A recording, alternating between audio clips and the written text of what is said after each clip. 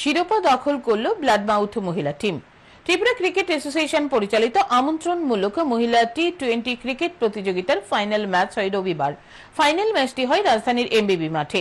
এতে মুখোমুখি হয় জুট মিল কোচিং সেন্টার ও ব্লাডমাউথ ক্লাব। শিরোপা নিজেদের ঘরে তুলে নেয় ব্লাডমাউথ ক্লাব। ফাইনাল ম্যাচে ব্লাডমাউথ ক্লাব 54 রানের ব্যবধানে জুট মিল কোচিং সেন্টারকে পরাজিত করে। ম্যাচ শেষে বিজয়ী দল ব্লাডমাউথ ক্লাব ও রানার্স দল জুটমিল কোচিং সেন্টারের খেলোয়াড়দের হাতে পুরস্কার তুলে দেন উপস্থিত অতিথিরা। ফাইনাল ম্যাচকে কেন্দ্র করে এদিন এমবিবি স্টেডিয়ামে উপস্থিত ছিলেন আগরতলা পুর নিগমের deputy mayor Monika Das Dutta, Tripura cricket অ্যাসোসিয়েশনের সভাপতি তপন কুমার লোধ, সচিব সুব্রত দে সহ আরো অনেকে। তারা বিজয়ী রানার্স দলের হাতে ট্রফি তুলে দেন।